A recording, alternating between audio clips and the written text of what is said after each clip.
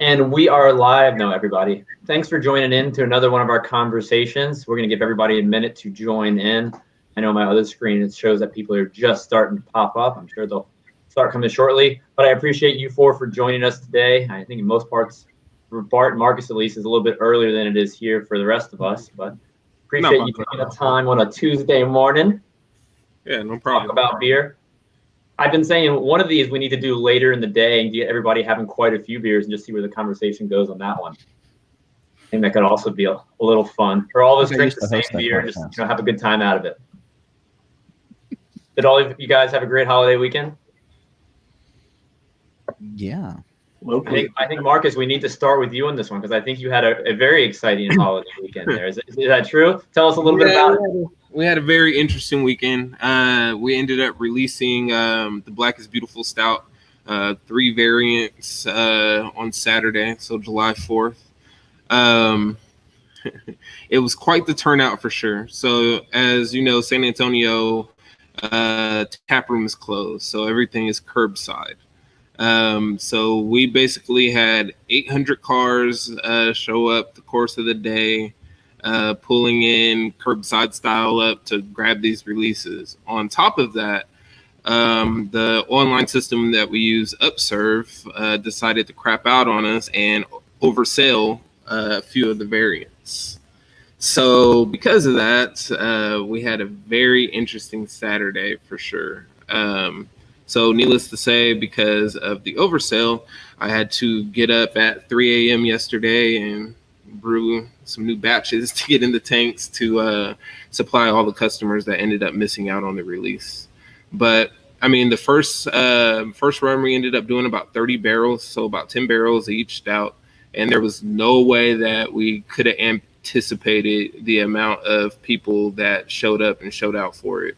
I think when we looked at the online system, it had sold 425 4-packs in 60 seconds. So it was absolutely crazy how the actual event went. Yeah. That's extremely impressive. What you put together in really just a little bit at a time and how it's just swept the country. I think I read 960 breweries are now signed on. It's extremely impressive. I mean, besides the fact that you're making people drink an Imperial Stout in the summertime, it's just very, very awesome what you put together. And, looking on this so far, what are you most proud of that you've accomplished through the Black is Beautiful campaign or collaborative effort? I think the involvement amount of the breweries that are participating in the initiative. At the end of the day, I'm just the person that sparked it, right? So it's not about me or a brewery or anything like that. So it's really about all of the breweries joining together, the craft beer community, just beer in general. I mean, we've had Big Beer join on too. I actually have like a call with AB InBev later today. But outside of that, it's more so just the beer scene showing up. And I think it attests to our industry as far as how far we're willing to go to contribute to the community and contribute to our local scene. So I would say that's probably what I'm most proud about so far. That's awesome. Yeah, really, really great work. And I know we just jumped into that, but let's go around the room. Mary, we'll start with you. And just, give a brief introduction of who you are, what you do, and why you're here. Why am I here, Andrew? Because you're a member of my organization and you ask nicely. I promise I'll pay my dues today. Oh, is it? Did I send you an invoice? We delayed them all till July 1st. I did as much as I could. I'm the director of the Ohio Craft Brewers Association. I started my job in September of 2013, so I'm coming up on 7 years. And I'm the first director of the Ohio Craft Brewers Association, which means I've kind of made up my job as I go along, which is awesome and terrifying at times. We have, as of yesterday, 342 breweries in the state of Ohio, which is pretty awesome. We still probably have 4 or 5 dozen in planning. It's been that way for years. And so we've had 23 breweries open this year and probably about a dozen since the COVID pandemic. So we're still cranking along here in Ohio. Yeah, I've really enjoyed interacting with all the great Ohio breweries. It really seems like craft beer is growing in your state. I've also enjoyed all the content you guys have put out, before this and during COVID and moving forward. Yeah, we figure as an organization, our primary job during the unexpected pandemic was just to communicate everything we could to our members in terms of resources, and be there to support them, communicating for them to the Ohio Department of Liquor Control, communicating to them what happens on every, like for a while we had the governor on at 2:00 every day. Now we're on with the governor twice a week. And so we report back the things that are pertinent to them so that they can focus on their businesses, their employees, and their customers. Awesome. Now, John, let's go to you. Tell everybody about yourself for those who might not be familiar. So I'm a journalist covering the beer industry. I've been doing that for about 20 years now, and I've been joking that it's the gig economy and that I have all the gigs these days. So I'm the editor and co-founder of Beer Edge, which is a newsletter for beer professionals, and I host a podcast on there called Drink Beer, Think Beer, which comes out every Wednesday. And then I'm also co-host of Steal This Beer, which is a podcast I've been doing with Augie Carton for the last 5 years now, where we taste beers blind and generally get into trouble by saying stupid things. And then I'm also hosting the BYO Magazine Nano podcast, which talks about small brewers in America right now, which is a lot of fun. And that's monthly on the 15th of every month. And then I'm over at Wine Enthusiast magazine as well as a contributing editor, doing all the reviews and a lot of editorial content and trying to bring interesting beer news to a group of readers that might not otherwise think about beer. So it's fun, but I've been covering the industry for a while and I get to wear a lot of different hats and cover a lot of different arenas. So I'm fortunate that I get to talk to a lot of folks to sort of get a broad look at what's happening in the beer industry, not only here in the US, but around the world on both the wide picture view and then sometimes on the very small view as well. So it's a charmed life. Was it ever one of your goals to become one of the go-to beer journalists when you got into this? No. I mean, I just, you show up and you do the job. I mean, that's really it. It's go to such a weird phrase, but I'm grateful for the work, and I'm always happy when folks are willing to speak with me for a story. And Bart, I guess you're up. I think most people know who you are, but if you'd like to say something to everybody watching. Sure. Bart Watson. I'm Chief Economist at the Brewers Association. So I oversee all the BA's statistical and economic work. Basically, I do beer stats for a living. So and I can't help but calculate things. So Mark is selling 452 4-packs in a minute. I'm assuming those were 16 ounce. That's 1.9% of total U.S. beer sales for that minute. So about 2% of U.S. beer for a minute there, Marcus. And yeah, so in the last couple of months, I've been heavily involved in tracking the impact of this on small brewers. Any brewers who are listening, we have our mid-year survey open, brewersassociation.org/BIPS. Love you to fill it out and hear how the beginning of your year has gone, which I know it's been challenging for a lot of brewers. So playing a role along with the rest of the Brewers Association team to do a lot of similar things to what Mary talked about at the national level, provide resources, give guidance, share best practices across states, and then work at the federal level to make sure that some of the resources that are coming down flow to small brewers and more generally hospitality businesses, because there's a lot of strain on those businesses right now.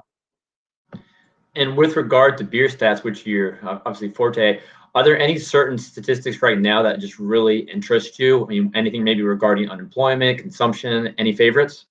I mean, there's a million. I mean, every day I pull stats on the pandemic itself, because the public health piece of this is going to be an important one.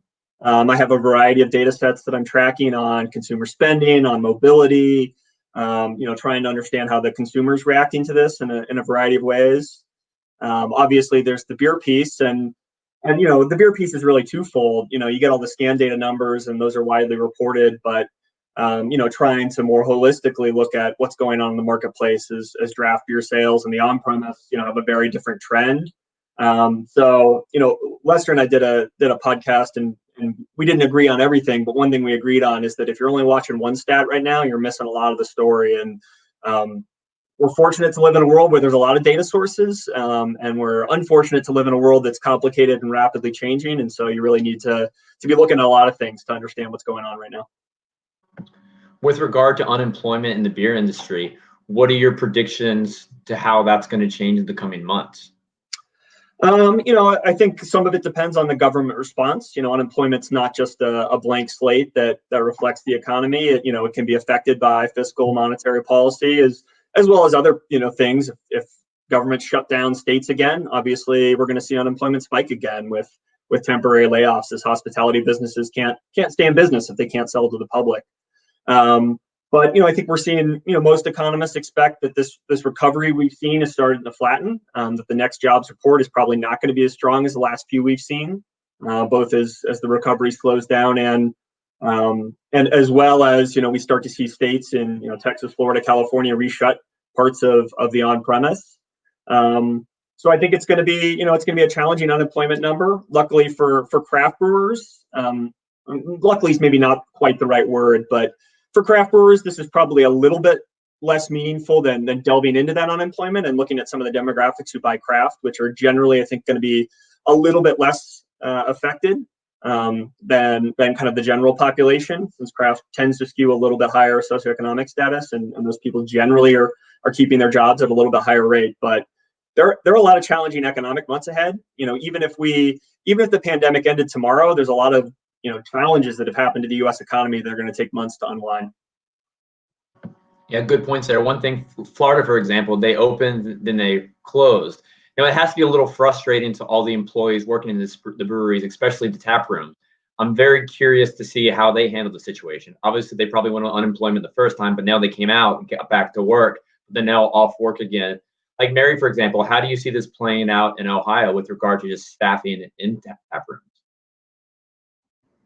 Well, when we first went into the shutdown to on-premise, a lot of our breweries pivoted to shipping, delivery. We could still do carry out. So we were considered essential. So we were still allowed to produce.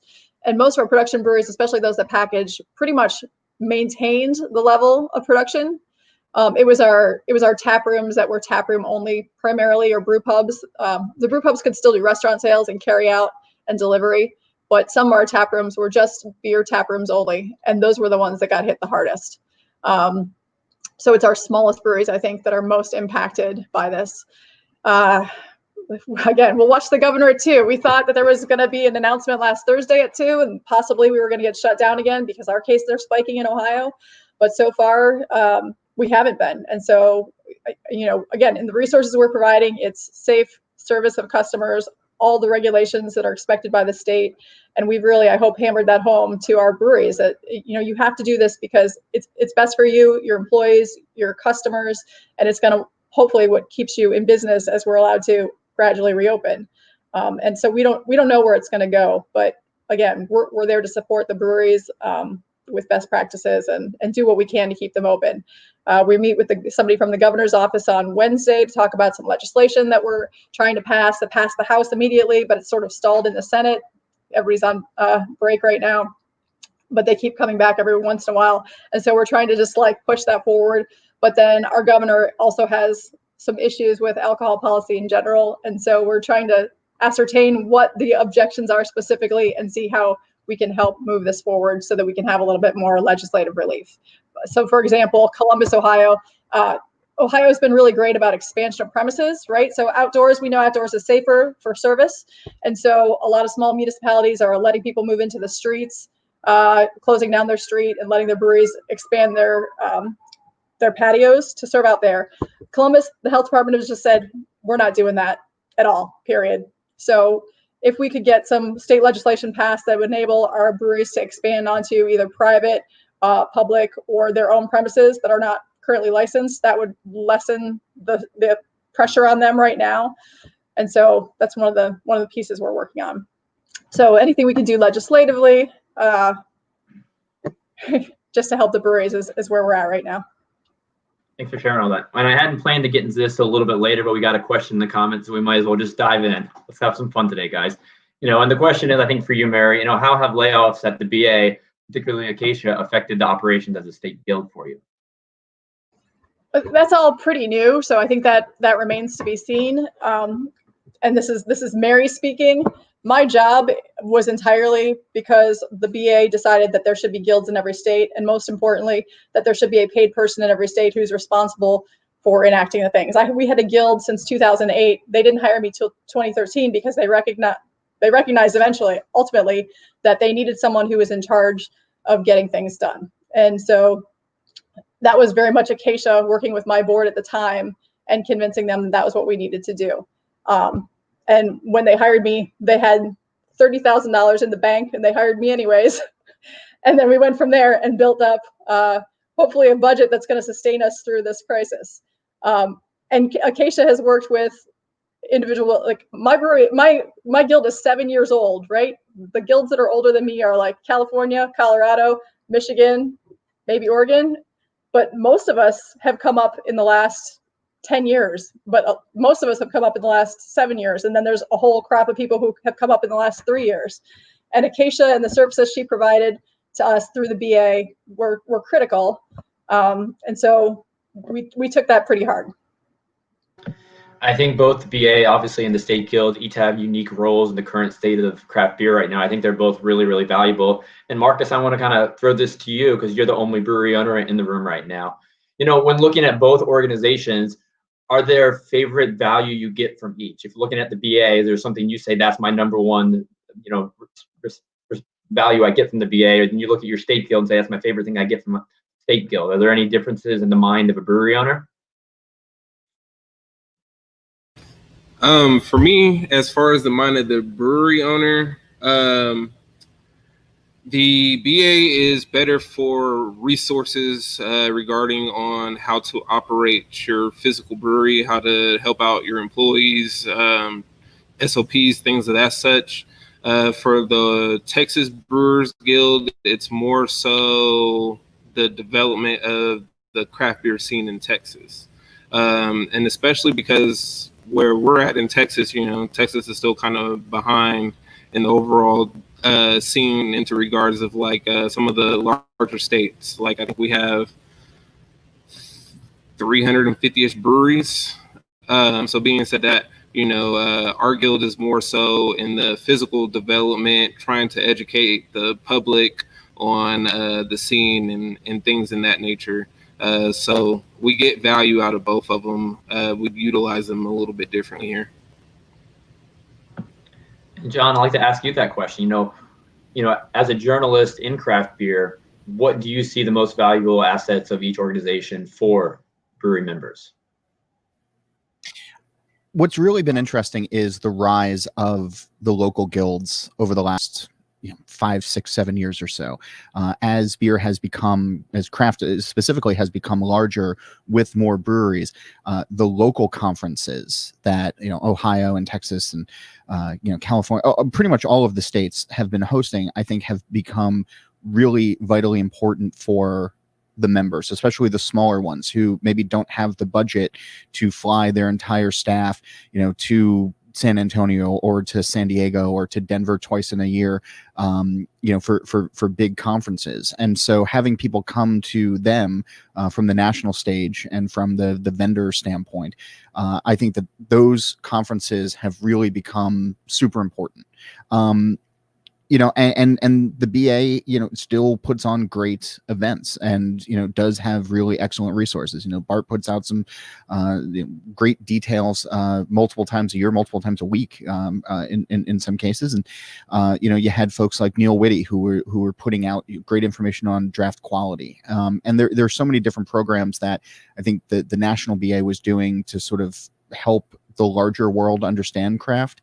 But for the industry, it did seem that things were really sort of dialing in more and more on the local level to help the brewers become better at running their business, making great beer, and communicating their message to their local fan base that will help them survive. And so, now as we're headed into, again, uncharted waters, I think it's the local guilds that more people in the industry are going to be looking towards. They're going to be looking to their neighbors. They're going to be looking to people within their state borders. And so that the infrastructure is there right now on the state level, I think bodes well for a lot of the breweries. And Bart, do you have anything you'd like to add? Well, I just add that, we're still committed to supporting state efforts. We've got a team at the BA that works on government affairs, and with the addition of Mark Serini this week too, another resource where we think we can be supportive of the guild leaders and what needs to happen at the state level, and more broadly, talking about what John just said and what Marcus mentioned. I think we're still in a good place to offer resources that are not going to be the guild's primary efforts. I mean, most of the guilds are not going to be worried about technical resources because they're fighting those day-to-day battles at the state capitol. So we're trying to work as closely with the state guilds because we're on the same team. We're all promoting small and independent brewers. We're all working for the same goal and finding those complementarities where we work together, where we support each other, where hopefully we get back to a point where we can provide even more resources back down to the guilds, which is something we've been able to do the last couple of years and are going to have to take a step back during this pandemic, but hopefully can do again soon. So for craft to get where it needs to get, it's going to have to be a collaborative effort. And we're excited to keep working with the guilds and keep bolstering them because we've made great strides the more states we've had guilds in and executive directors in. And that's something we want to see continue. And I think it needs to be said here, I know we all agree, but craft beer is a business and we're not immune for layoffs like anyone else is. So when a brewery loses someone or has to lay someone off due to all this, the BA, a brewery, a guild, we're not immune to this. So it's going to happen. We're all making the best decisions we can to survive right now. I mean, we really are in survival mode.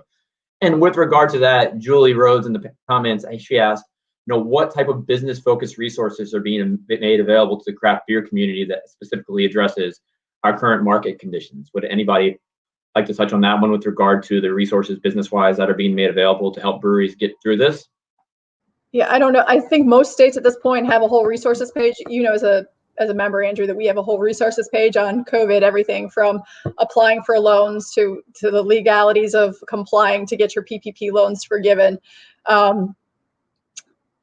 It's something that all of us are doing right now, and I think that's critical for the brewers. And again, education. Everybody's having probably regional, if not their statewide meetings, just to keep everybody abreast of what's going on. And then we have Ohio State here, and so we have a couple who does consumer surveys, and so they put out a survey. They've probably had about 800 people answer it about people's receptiveness to going back into a tap room and what it would require for people to be comfortable in a tap room. And so we've shared that with our members, things like the cleaning, the social distancing, the no touch payment methods, and things like that. I'm going to play devil's advocate on that one because I've also done a survey to collect a lot of data like that. It's important that everybody puts the perception out and does a lot to make sure things are staying clean and sanitized. Does it really matter the order that a customer feels? Sanitizing a table versus wearing a face mask, aren't these all practices we should be doing anyways? Now, I feel like the survey a lot of the time gives a lot of things we already know. Are there any questions that any of you would feel that actual feedback would be beneficial to the brewery owners with regard to better operation right now? I'll jump in there because I've seen a lot of this data too, Andrew, and I agree with you that sometimes the surveys are capturing sentiment and capturing things that we already know. And so, one of the things to watch there will be continuing to do these surveys and seeing how that trend changes. What's the balance? One thing I've always stressed too is looking at the people in the survey who are kind of one step ahead. So the people who say they're willing to come back out, you shouldn't be building your sanitary practices for them. You should be building it for the next stage. The people who say, I'm not coming out yet until I'm really, really comfortable. And so looking kind of a step ahead there. And, this is going to take a lot of collective effort. And at the end of the day, brewery owners can only do so much too. Until people feel like the public health situation is under control, there is a segment of the population that isn't going to come back out. And no manner of sanitizing is going to help.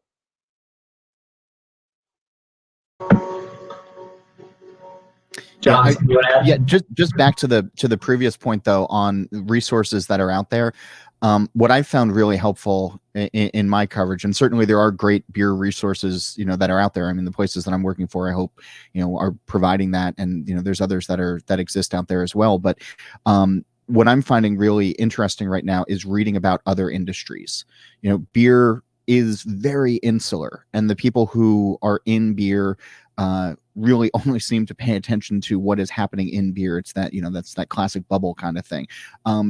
Look at what other industries are doing to pivot, to use the word of the moment, to, really try to, keep their industry afloat, because there are lessons to be learned from that. So it's not just paying attention to what's happening in beer and what the brewery on the other side of the state or the other side of the country is doing. What are other industries doing to survive during this time? And can you apply any of that to your own business? Everybody's rewriting their business plan weekly, daily, hourly, even still at this point. See what other folks are doing, and you might actually, have something that you can write down that's concrete that'll help you stay afloat for however much longer you can. John, are there any strategies you specifically seen from other industries that can be applied well to craft beer?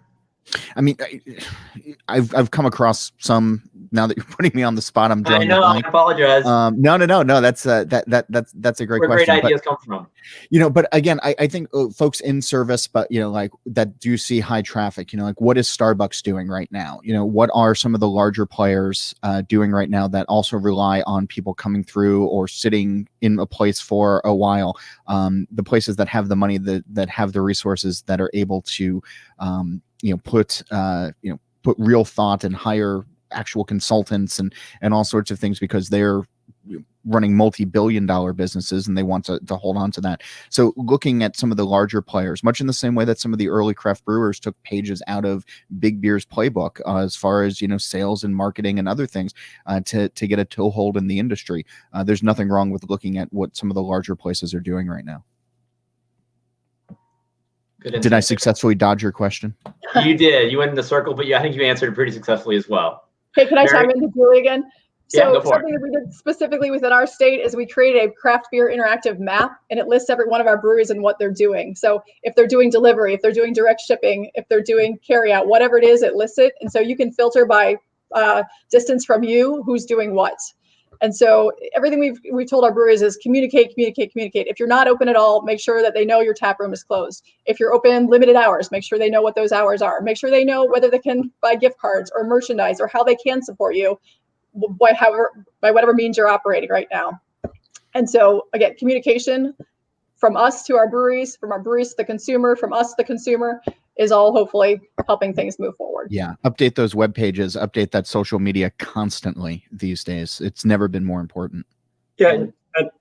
Oh, sorry, John.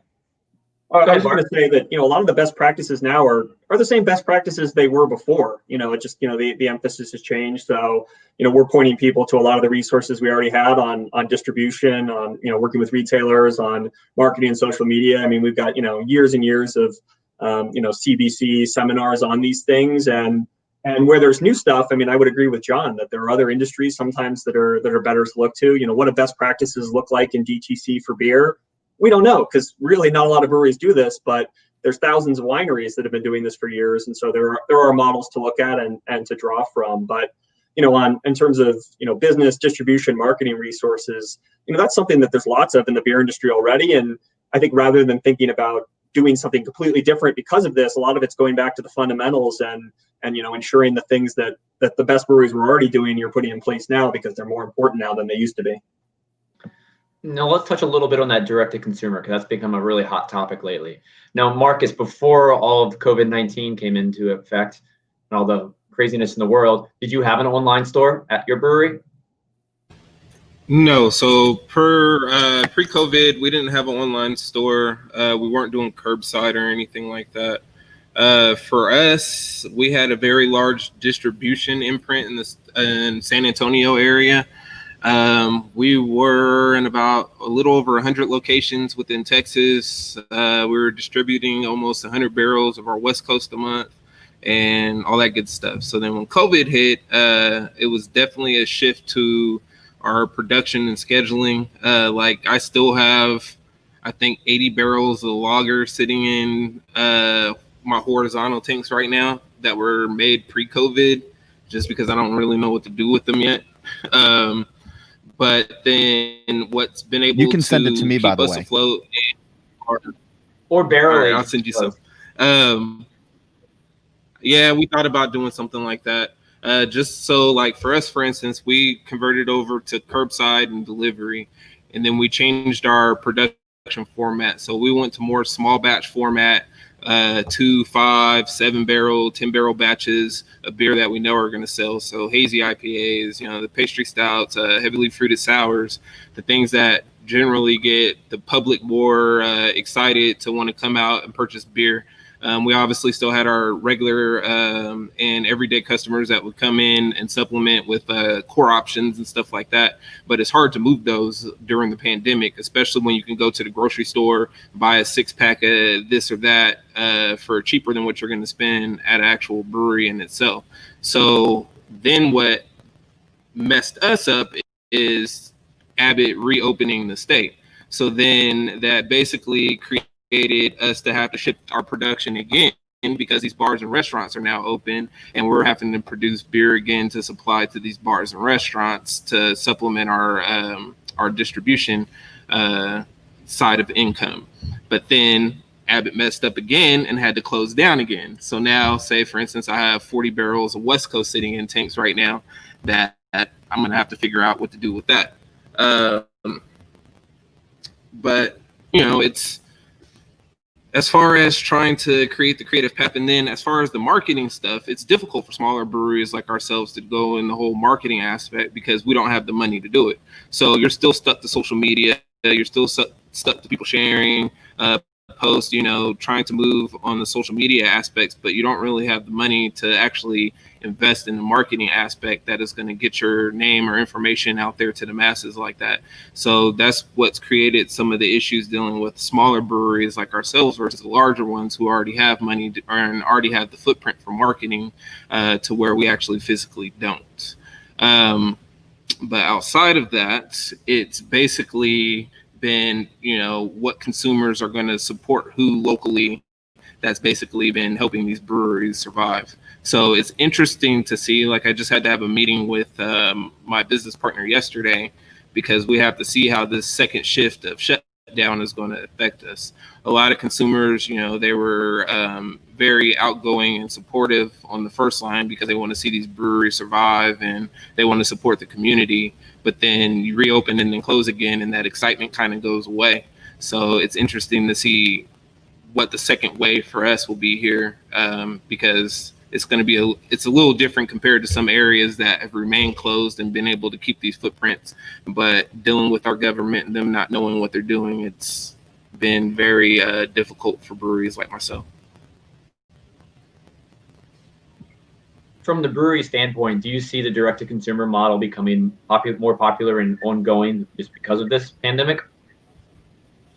Yeah, so just the way that things have been going and the uncertainties and people not wanting to come into tap rooms, we know that a lot of consumers now want the curbside options. They don't want to get out of their car. They don't want that customer interaction with staffing and stuff like that. They basically want to get their beer and go. Cool, Bart, we got a question in the comments for you. It says, how will direct-to-consumer affect margins and on the price of beer for suppliers and customers? Do you want to touch on that a little? It's a great question, and I think it also could be tied into the question you just asked, which is, how big can this get? And I think it's fair to say both that there's room for this to grow, and it's never going to be as big as it is in wine. Those can both be true because the economics just don't work quite as well. I saw that question, so I pulled up the latest data from the Sovos and Wine and Vine's direct-to-consumer report they put out for wine, and the average price per bottle shipped in 2019 of wine DTC was almost $41. Like, beer does not have, most beers don't have that price point, relative to their volume. So the economics aren't ever going to work quite as well. And breweries that they're going to make it work are either going to be really high value ones, specialty and barrel aged stuff, slow sours, things like that. Or they're going to have to have such a brand that they can convince consumers to pay for that, because I don't see a lot of breweries just eating that margin right now so that they can send beer around the country. So I agree with the person, and in the question it says it seems like a recipe for $20 4-packs to become 30 plus. That's going to be a tough price point to get in this competitive marketplace when there's lots of good options that you can drive down the street and do curbside at Marcus's Brewery. Why are you going to pay an extra $10 to have something flown across the country? So I would agree with the premise of the question that I think there's room for growth here, and this can be a market access point for certain breweries, but the economics aren't going to work quite as well just because of the relative weight to value of beer, and so we shouldn't expect that the market trends we're seeing in wine are going to be translated to beer. It's one option, it's not the only option. And looking at it from the other side of the table, they mentioned in the comments about the high price 4-packs. What about discounted or lower price beer? Do you think that is a possible solution to get people to keep drinking during this tough time? Mary? There's laws about that. Well, in states where applicable, or just lower price 4-packs, for example. So we had a brewery not in our state, but very proximate to my state, start selling discounted hazies at the beginning of the pandemic. And they did not make any friends from anybody else in the industry because everyone views it as a long-term failing prospect. Because craft beer is known as higher quality or is perceived to be higher quality and therefore commands a higher price point. And so if you're going to discount your beer to $6.99 instead of $9.99 a 6-pack, why isn't it $6.99 every day? Why is it just $6.99 now? Then they get the perception that the beer was overpriced to begin with. And that becomes a quality question. And I don't think it benefits anybody in the long run. And that price game is one that breweries can play in the short term, but in the long run, no small breweries have the scale to compete at those price points versus the large brewers. So certainly, every brewery is going to set their own price and decide on what's best for their business. But that's a lever that if you pull, you're moving directly into competition with brewers who are bigger than you and can play that better.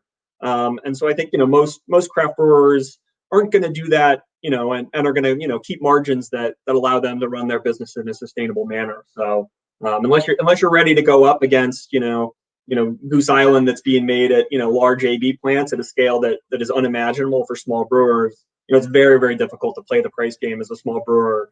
And so you have to be thinking about that value in your brand proposition as part of it.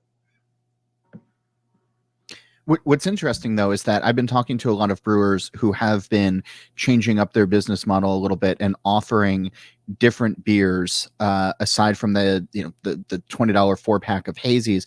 They are trying to get into either the light lager game or a simple blonde ale or just an every sort of day drinking stout, and pricing that is a little bit more competitive so that they're not cannibalizing their main business, but they are making beers that are attractive to new consumer bases. There's been this huge push on local. I mean, you couldn't have asked for a better sort of marketing campaign for local amid a terrible thing like a pandemic. But people are paying attention to Main Street businesses again, like they hadn't been before.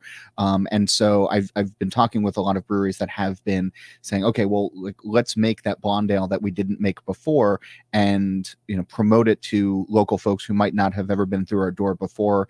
And if they price it the right way, they're gaining new fans. And so I fully understand where you guys are coming from with like the hazies and the higher price and the quality, but there are brewers that are trying to snatch new customers through all of this and doing it through lower price points and maybe not guava Berliner Imperial, whatever, like that kind of thing. So it's there's been some interesting things that have come out of this as well. And John, that's a topic I like to touch on quite a bit, how we can attract new people to craft beer, because if we're just posting a hazy picture to our current audience, we're just sharing it with people who are probably already drinking it.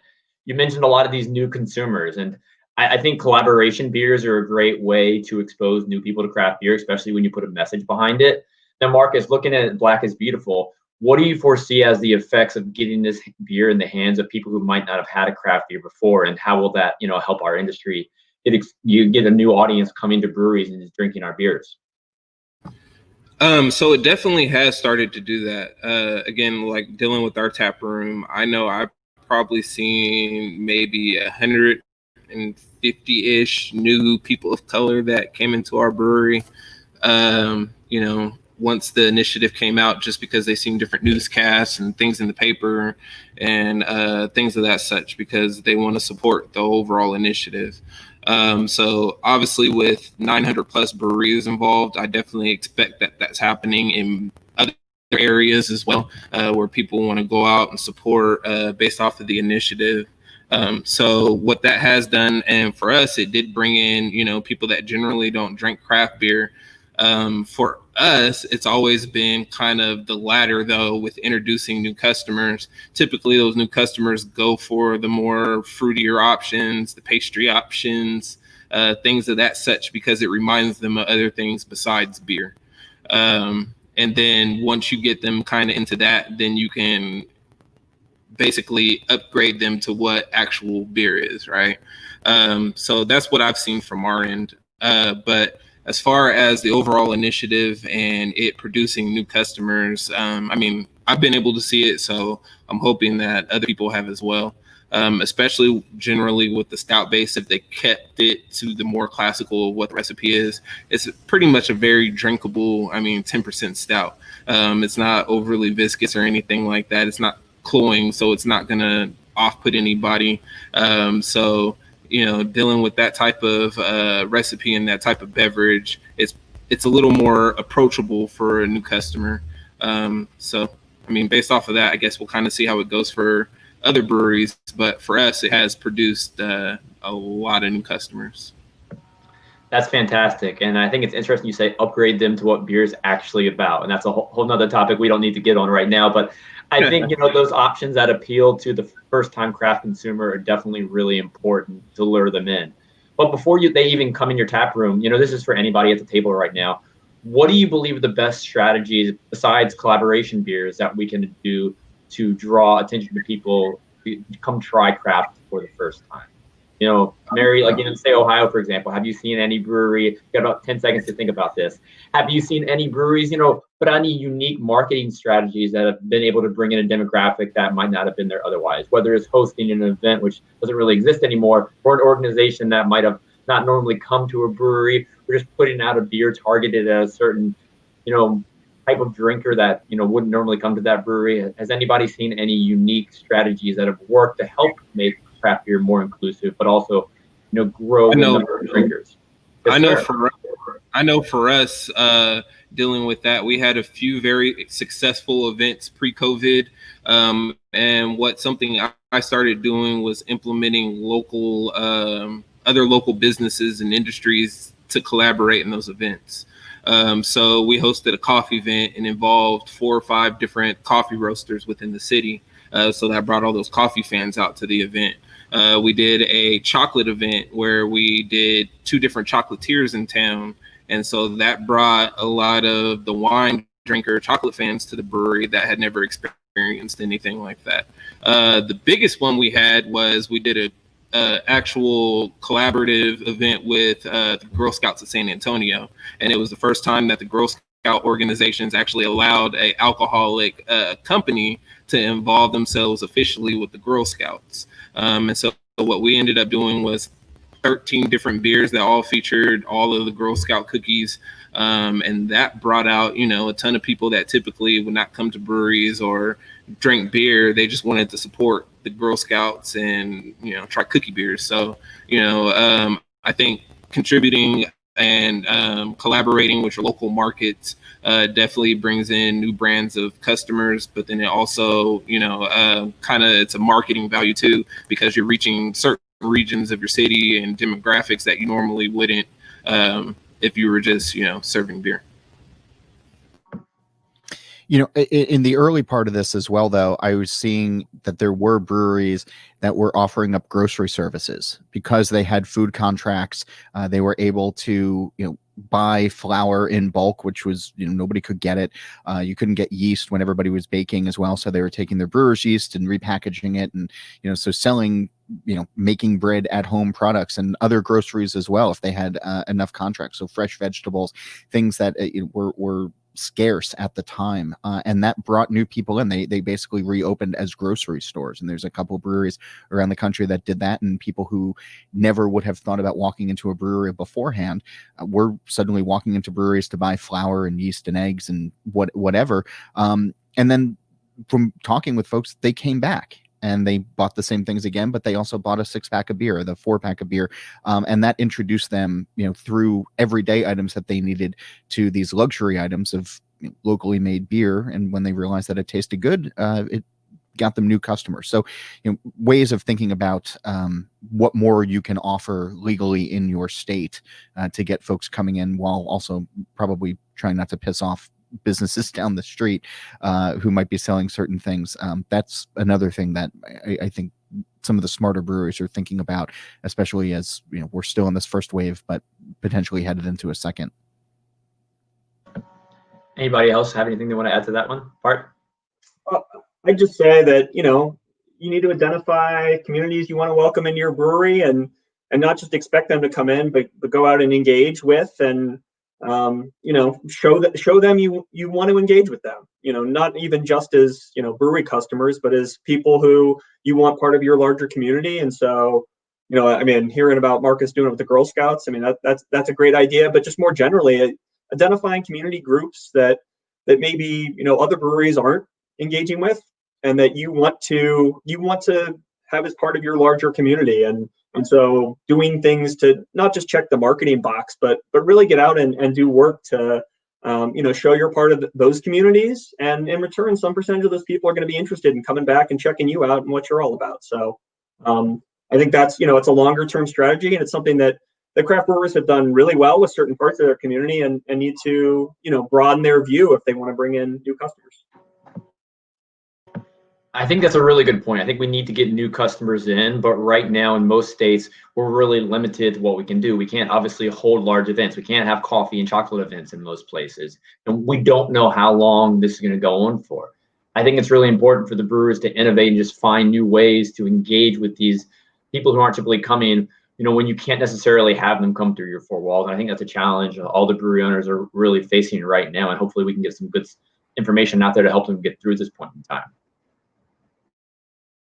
Now, one thing I want to go to right now is, we've talked about the inclusivity of beer, getting more people in the doors, and that's extremely important right now, but we don't know how long this is going to go for.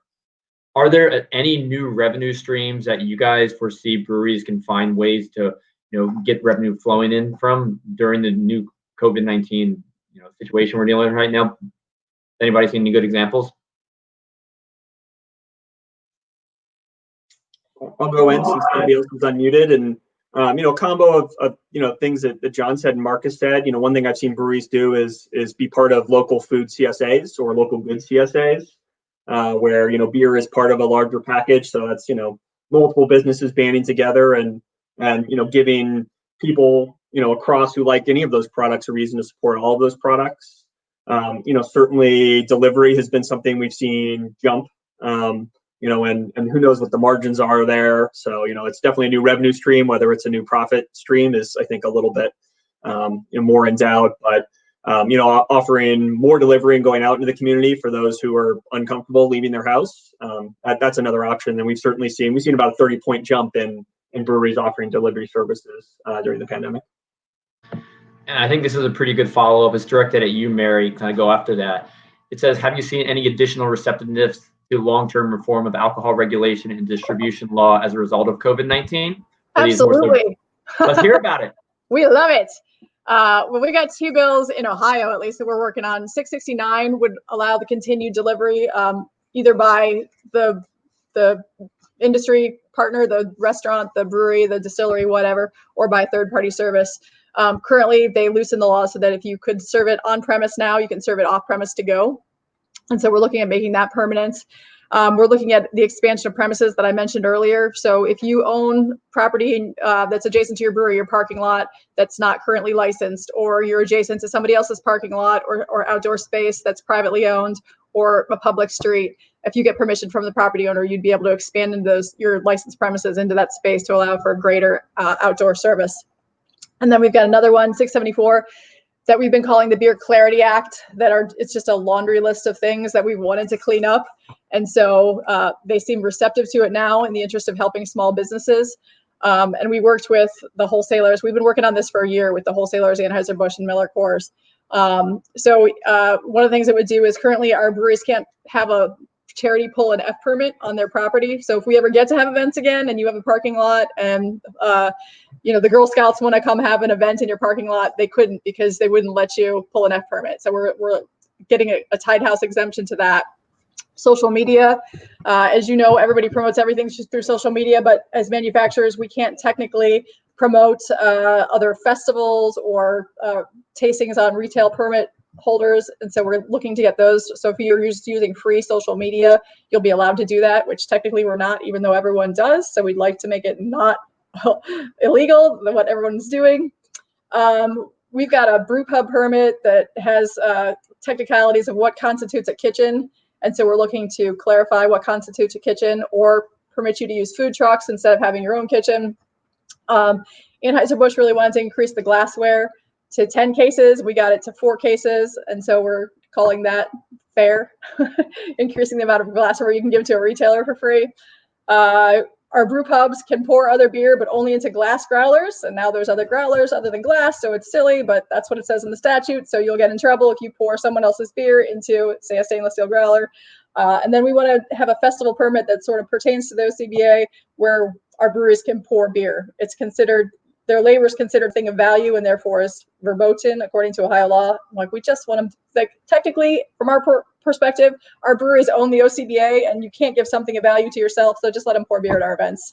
Plus, that's who the attendees want to see anyway. So there's our laundry list of things.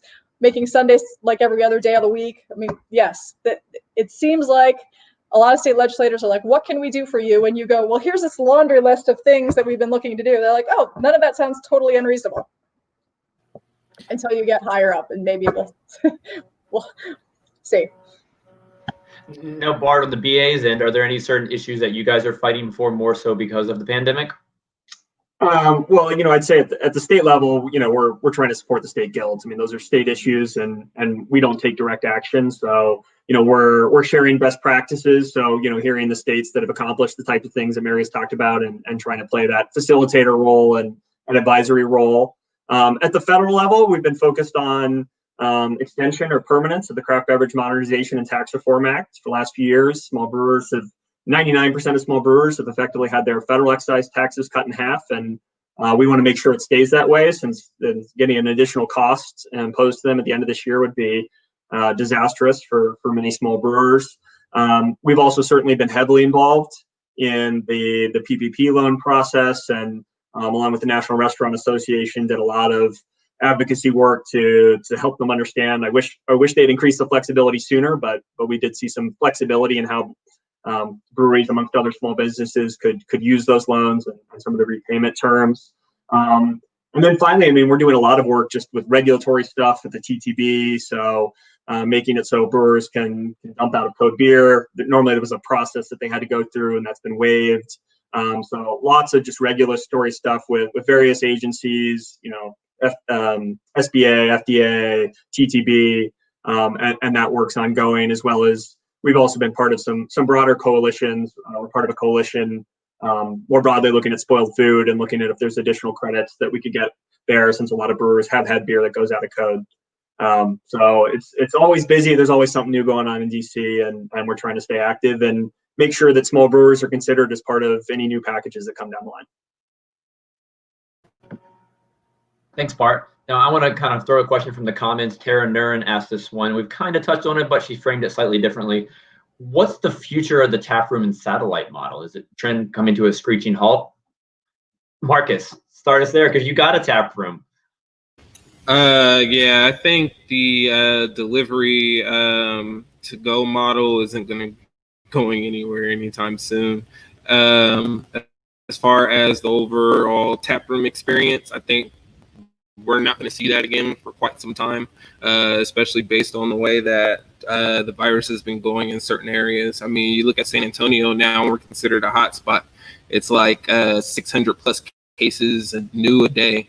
So dealing with that, a lot of people aren't going to want to come into tap rooms. They're not going to want to have that type of experience.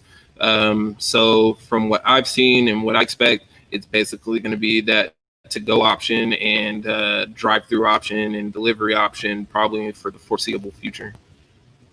How can that, how's that going to impact your business model? Because obviously at some point in time, you're predicting a certain amount of sales in your four walls. Are you seeing those sales come from the to-go side? I mean, obviously you're getting some of it, but you might be having to lay off people, and how you're making that work. It's definitely, we are going to have to dump a few older beers. We are definitely going to have to change our production model.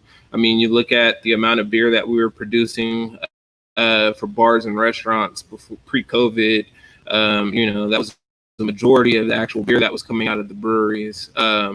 So basically what's going to happen is these brewers are going to have to shift towards more of the specialty release focus, because that's what's going to drive people to your tap room. And then on the offset of that, you're going to have your everyday beers available for people when they just want to come grab stuff. But being said that, you can't produce 40 barrels of that at once now, because now it's going to take longer for you to go ahead and move through those products. So for us, we have a 20-barrel brew house with 40-barrel tanks. Now we're producing probably 10-barrel batches for one, to save money on ingredients, but two, we don't want beer going bad either.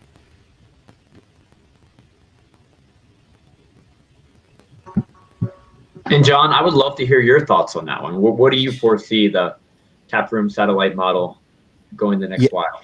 I think what Marcus just described is what I'm hearing from a lot of brewers as well. Right now, because people drinking in tap rooms was accounting for so much business, especially in the weekends for a lot of breweries. Now that you don't have that, people are definitely trying to figure out, what comes next. And, thankfully, most of the country right now, if you can do outside dining and you can do it, or outside drinking and you can do it in a safe way, this is the time to be capitalizing on that, because once the weather starts to get cold again, and if COVID is with us again, some of those restrictions of indoor will likely disappear if a second wave comes, and outdoor drinking is not going to necessarily be all that appealing unless for those hardy folks in the upper Midwest that are used to doing it all the time anyway. So that's sort of I think the taproom model as we know it, for at least right now, and that fueled so much growth.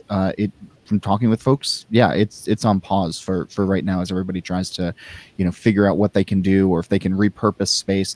I've talked to brewers that pulled out their pinball machines or their other sort of entertainment items to give them 6 more feet of table space in certain areas. You take out the cornhole, you take out the bocce court, and you put in 3 more tables just to make that extra money while everybody is socially distancing these days. And it changes the vibe of tap rooms, and it changes the vibe of what people had been accustomed to and looking forward to. But if the ultimate goal is supporting small businesses and drinking at a brewery, these are the sacrifices that we have to go through right now. On the delivery point, what I find most interesting is I think it's a great service. I've had some deliveries done from local breweries at this point, and I love the convenience of it. I have been talking to some brewers, especially early on, who capitalized off of this. It would be great if all of these can get approved, but I think the consumers need to start to recognize that as more states open up, this might not be a permanent thing that brewers offer. In Boston, in New York, in San Diego, Los Angeles, where there's usually terrible traffic. The vans that have been out on the road because they are essential businesses have been able to make deliveries in a timely manner. But if New York City opens up again and you have commuters that are blocking the West Side Highway or crosstown traffic and everything else like that, brewers are not necessarily going to be sending out people once they evaluate the P&L of putting trucks on the road to do a handful of deliveries. So it's something that should be made permanent, but it's not necessarily something that I think a lot of brewers will keep up with if traffic conditions don't allow it like they do right now. Yeah, I'd just jump in too, and on the basic question about tap rooms and brew pubs, that we need to separate out what's going on right now from what's going on over the next year and then longer. And on a more optimistic note, on the longer time frame, I would say that there's no sign that the demand that fueled tap rooms is going anywhere. Obviously we've got a public health and economic crisis we have to solve, but I think when we do solve those, we're seeing plenty of data that people still want to support local, that they still want to drink at their local breweries. And so, screeching halt, I think, we're on kind of temporary pause is the way I would say it, and that people are having to pivot their business models. But, I do think the fundamental demand that drove those businesses is still there. And we'll see, I think as John anticipates, people shift back toward that model when they're able to. In the same way that, restaurants have survived pandemics in the past and people have still come back and built restaurants again. So I think we're going to see similar things with tap rooms. Good feedback, guys. And we've got one more question in the comments, and I have one more final one, then we'll wrap this up. Julie asked, how can the suppliers allied trade partner community better support the state guilds and individual breweries right now? I got this. Yeah, I figured you might step up. First of all, have they joined the guild? Almost all of our guilds have allied membership now. That's a cash influx. The Ohio Craft Brewers Association, 40% of our income is dues based, and that dropped off precipitously. Again, my board voted to withhold, to just stop collecting dues for like a 4-month span. So if you are an allied member of that guild and you're paying dues, that's huge. If you have a special set of skills that you can offer, host a webinar, something that helps the breweries get through. If you are a safety person or someone who does insurance, whatever, offer your knowledge to the breweries in the form of a webinar. If you don't have that and the guild's having a virtual event or something else, or sponsor it. They'll send you the emails of who participated. They'll put your logo on it. They'll talk nicely about you. Those are all things that will help the guilds right now. And we need help right now because we're all nonprofit organizations and we're all in this boat too, because events and dues are our two main, that's like 80% of the income for the Ohio Craft Brewers Association, and a lot of the other guilds are in the same boat. I think it also needs to be said, the craft beer industry, in guilds and the BA, they aren't just the allied trade members and breweries paying, it's not just breweries paying their dues. The allied trade members do pay a lot of dues, and their businesses as well. I think a lot of allied trade members are going through tough times right now at the moment. So I think we need the success of both breweries and the partners to make this go as smoothly as possible the next few months. Agreed. Now, Bart, I have a question that I've kind of wanted to ask you for a while. It's just a fun little question. With regard to all the beer volume sales numbers we see right now, is hard seltzer included in those numbers? It depends on the data source, but generally yes. So when you see those off-premise numbers, if you pulled hard seltzer out, they would typically be weaker. I'm going to get the exact numbers wrong, but depending on whether you're looking at IRI or Nielsen, hard seltzer, which is mostly an off-premise play, is up somewhere between 150 and 200% year over year. And is now approaching or over 10% of dollar sales within the larger beer category. So yes, most of the numbers you're seeing from the data companies and off-premise include hard seltzer in that. We haven't included it in the BA numbers in the past. They've been beer only. And I wouldn't have shifted it that much in 2019 because it wasn't a huge percentage of craft brewer volume, 2 to 3% if memory serves. But it certainly there will be a gap there going forward because those are growing in popularity and there's clear consumer demand there, more broadly and within craft drinkers as well. Cool, thanks for that. Now I have one final question for you guys. I mean, this year so far has been just unprecedented. It's just been very, very unique. Breweries are just innovating to survive. Where do you see craft beer in a year? Take it however you like. Any predictions, comments, advice? We'll wrap up with this one. Go for it, John.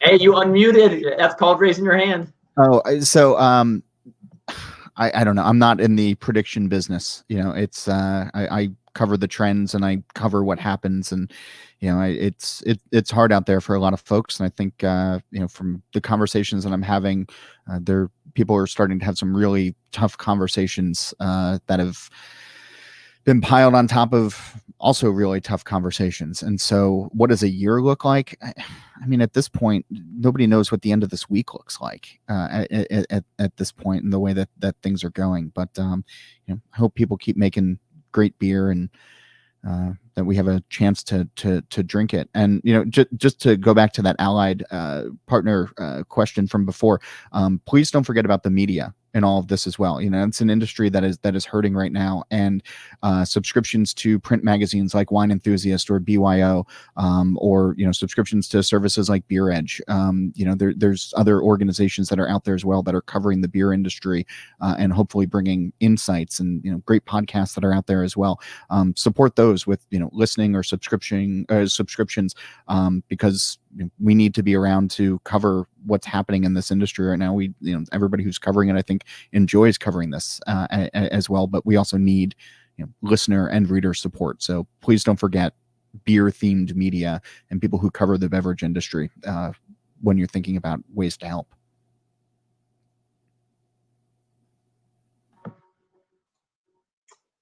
I'll go with the same caveats that John made, that forecasting is much harder than trend analysis. I think the positive is that craft beer and breweries aren't going anywhere.